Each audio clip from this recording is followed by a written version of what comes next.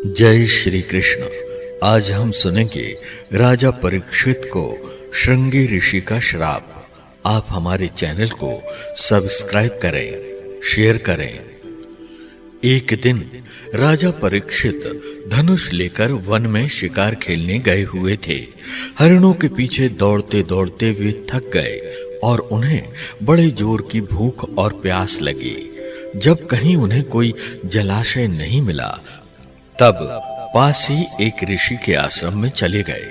उन्होंने देखा कि वहां आंखें बंद करके शांत भाव से एक मुनि आसन पर बैठे हुए हैं। उनका शरीर बिखरी हुई जटाओं से और कृष्ण मृग चर्म से ढका हुआ था।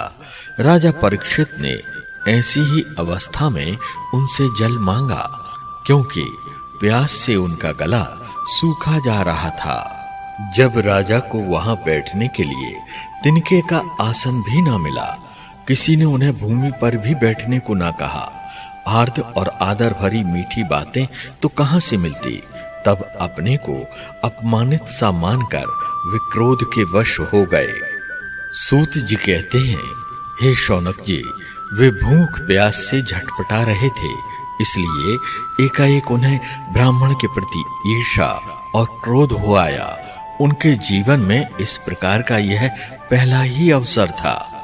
वहां से लौटते समय उन्होंने क्रोधवश धनुष की नोक से एक मरा सांप उठाकर ऋषि के गले में डाल दिया और अपनी राजधानी में चले आए। उनके मन में यह बात आई कि ऋषि ने जो अपने नेत्र बंद कर रखे हैं, तो क्या वास्तव में इन्होंने अपनी सारी इंद्रिय वृत्तियों का निरोध कर लिया, अथवा इन राजाओं से हमारा क्या प्रयोजन है। ये सोचकर इन्होंने झूठ मूठ समाधि का ढोंग रच रखा है। उन शमीक मुनि का पुत्र बड़ा तेजस्वी था। वह दूसरे ऋषि कुमारों के साथ पास ही खेल रहा था।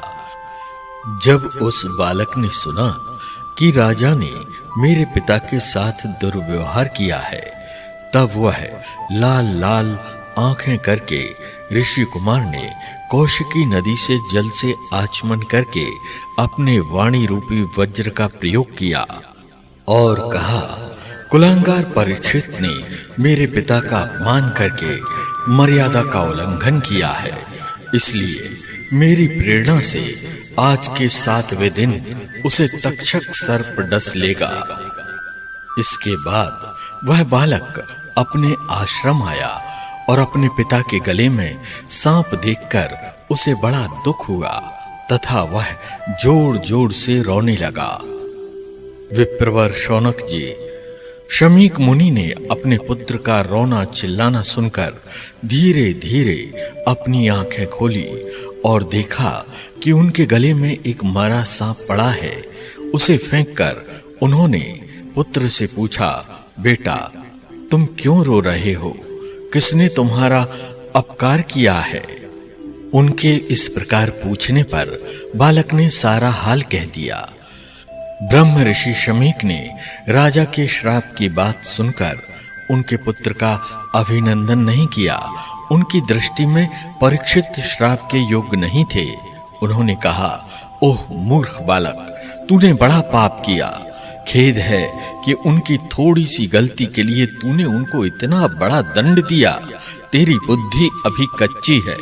तुझे भगवत स्वरूप राजा को साधारण मनुष्यों के समान नहीं समझना चाहिए, क्योंकि राजा के तेज से सुरक्षित और निर्भय रहकर ही प्रजा अपना कल्याण संपादन करती है। इस नासमझ बालक ने हमारे निष्पाप सेवक राजा का अपराध किया है। सर्वात्मा भगवान कृपा करके इसे क्षमा करे। भगवान के भक्तों में भी बदला लेने की शक्ति होती है, परंतु वे दूसरों के द्वारा किए हुए अपमान, धोखेबाजी, गाली गलौज, आक्षेप और मारपीट का कोई बदला नहीं लेते। महामुनि शमीक को पुत्र के अपराध पर बड़ा पश्चाताप हुआ। राजा परीक्षित ने जो उनका अपमान किया था, उस पर तो उन्होंने ध्यान ही नहीं दिया। सूत जी कहते हैं कि राजधानी में पहुंचने पर राजा परीक्षित को अपने उस निंदनीय कर्म के लिए बड़ा पश्चाताप हुआ। वे अत्यंत उदास हो गए और सोचने लगे, मैंने निरपराध एवं अपना तेज छिपाए हुए ब्राह्मण के साथ अनार्य पुरुषों के समान बड़ा नीच व्यवहार किया। यह बड़े खेद की बात है। वे इस प्रकार चिंता कर ही रहे थे कि उन्हें मालूम हुआ ऋषि कुमार के शाप से तक्षक मुझे डसेगा। उन्होंने वह धधकती हुई आग के समान तक्षक का डसना बहुत भला मालूम हुआ। उन्होंने सोचा कि बहुत दिनों से मैं संसार से आसक्त हो रहा था, अब मुझे शीघ्र वैराग्य होने का कारण प्राप्त हो गया है। इस प्रकार गंगा जी के तट पर आमरण अनशन का निश्चय करके उन्होंने समस्त आसक्तियों का परित्याग कर दिया और वे मुनियों का व्रत स्वीकार करके अनन्य भाव से श्री कृष्ण के चरण कमलों का ध्यान करने लगे।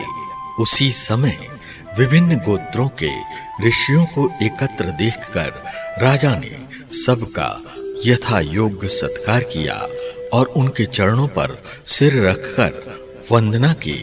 तब ऋषियों ने कहा कि हम तब तक यहाँ रहेंगे जब तक ये भगवान के परम भक्त परीक्षित अपने नश्वर शरीर को छोड़कर माया दोष एवं शोक से रहित भगवत धाम में नहीं चले जाते।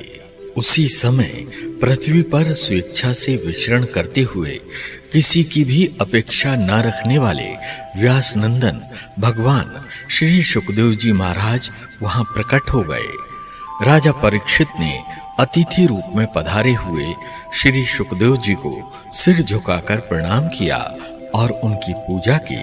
परीक्षित ने कहा, ब्रह्म स्वरूप भगवान, आज हम बड़भागी हुए। आप योगियों के परम गुरु हैं, इसलिए मैं आपसे परम सिद्धि के स्वरूप और साधन के संबंध में प्रश्न कर रहा हूँ। आप यह बतलाइए कि मनुष्य मात्र को क्या करना चाहिए। वे किसका श्रवण, किसका जप, किसका स्मरण और किसका भजन करें तथा किसका त्याग करें। सूत जी कहते हैं कि जब राजा ने बड़ी ही मधुर वाणी में इस प्रकार संभाषण एवं प्रश्न किए, तब समस्त धर्मों के मर्मज्ञ व्यास नंदन भगवान श्री सुखदेव जी इनका उत्तर देने लगे।